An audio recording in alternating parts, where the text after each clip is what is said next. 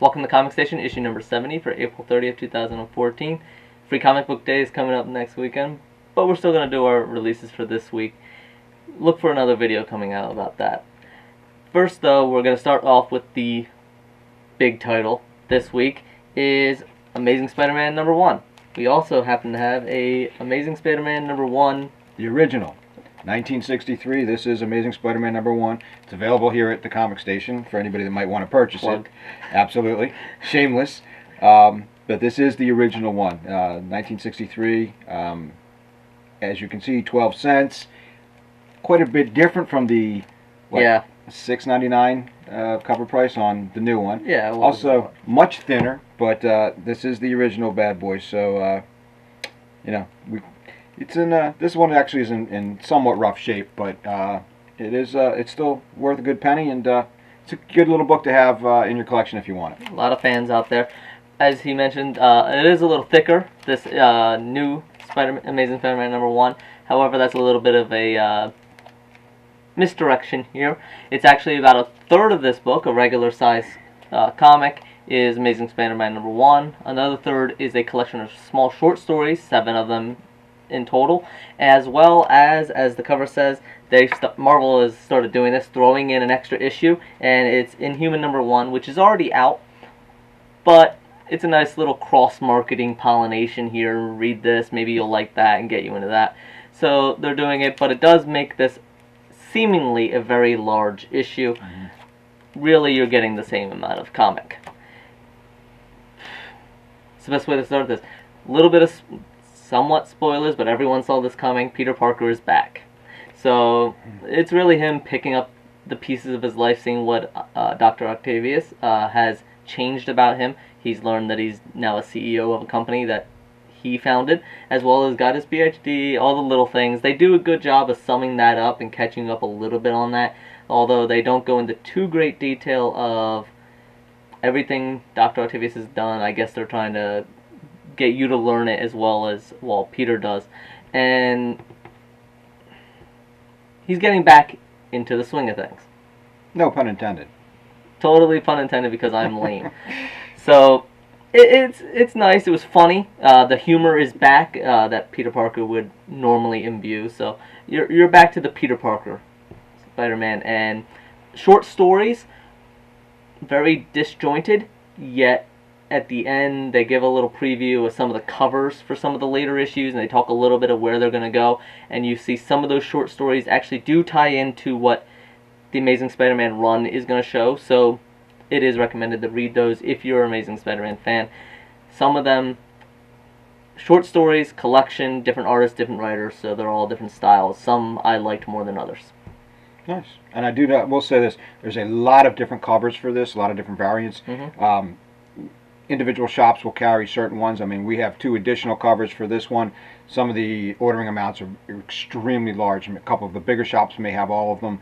I doubt many people are going to have all of them, but there are some very nice covers that go along with this one. Cool. So for me, we'll go right back to DC, and this is Forever Evil Aftermath, Batman vs. Bane. Kind of spoiler alerty, not so much me, but the book itself. If you've been following Forever Evil, there's a little misalignment with their they got upset with the last issue of it. They pulled it, and it is going to be issued, but it will not be issued until later on in this month, from the last we've heard. So you have an aftermath before the end. Finish. So you could read this as a standalone with the understanding that Batman has been away. If you're okay with that and you don't need to know why he was away, then fine. It's Batman versus Bane. You know, it's a lot of good action sequences. It's Batman versus Bane. Yeah. So and it's Batman basically coming back to retake Gotham City, as it were. Okay. Artwork's fine. Story's good. You know, Bane's a good character. It kind of you know, it will tie everything in together, and it's just a shame that you know, whatever the problem was with DC, that they got the publication lineup. Yeah, so I mean, this stuff is scheduled months in advance, and when they do something like that, it just throws a wrench into everything. So if you're reading Forever Evil, maybe hold this on the side burner until you finish Forever Evil. That would be my best advice. Yeah, I mean, it's like I said, it's not terribly bad, but it will throw you off a little bit. Okay. From one of the smaller publishers, IDW, medium-sized publisher. This is VWars. Now I know what you're thinking. This is vampires. It's been done a lot. And overall, it kind of has. It's humans and vampires are misaligning. It's told from the point of view, really, of a doctor that has been advocating for peace, yet he has a little personal skin in the game here.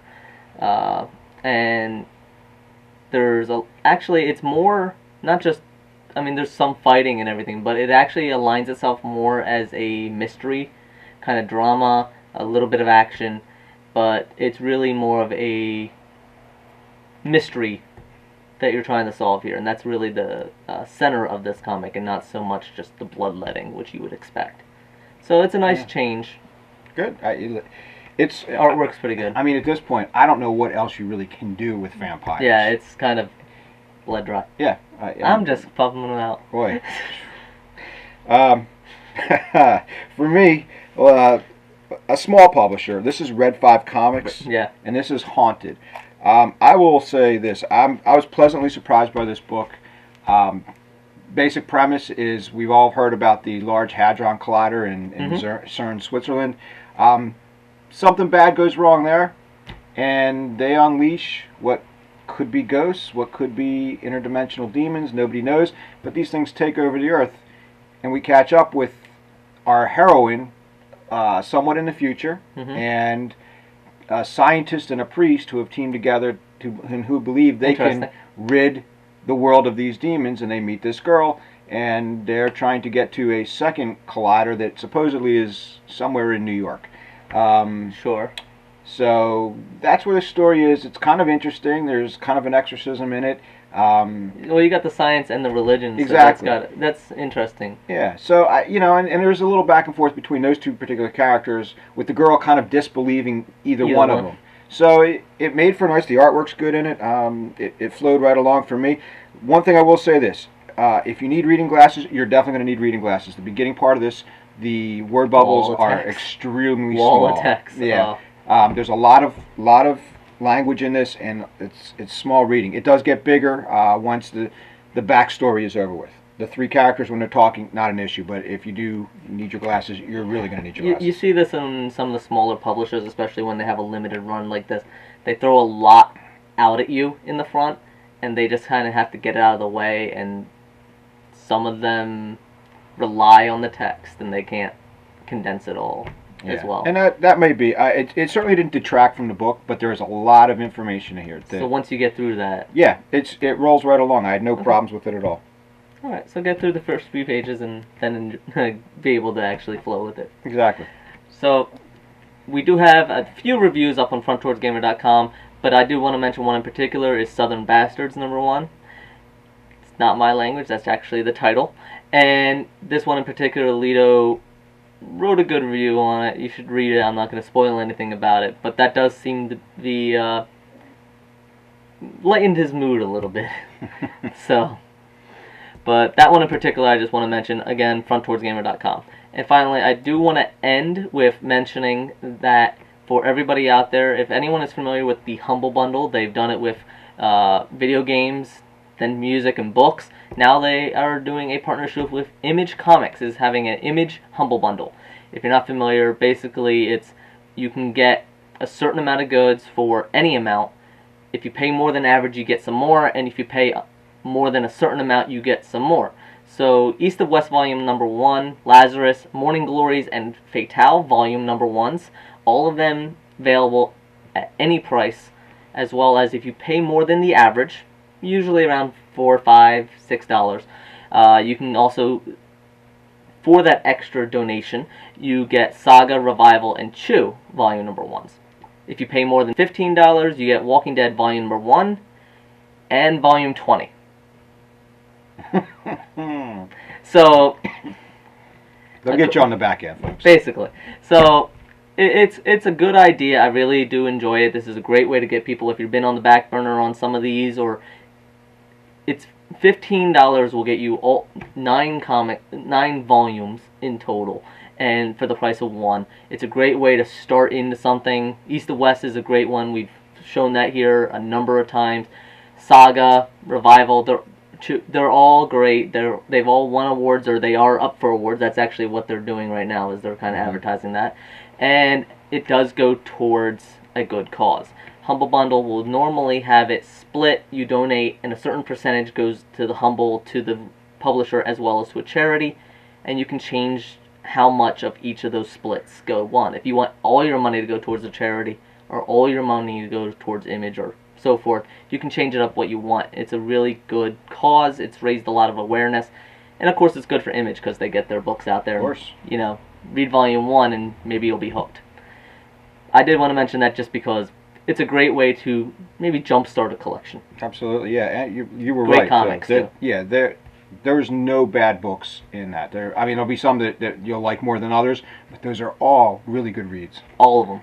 I can't think of one in there that I can't wait to read. I own half of them already. I'm still going to end up buying a bundle. And I've read them all here at the shop, so... Yeah. Yeah, you can't go wrong. It's a very worthwhile cause. Very cool.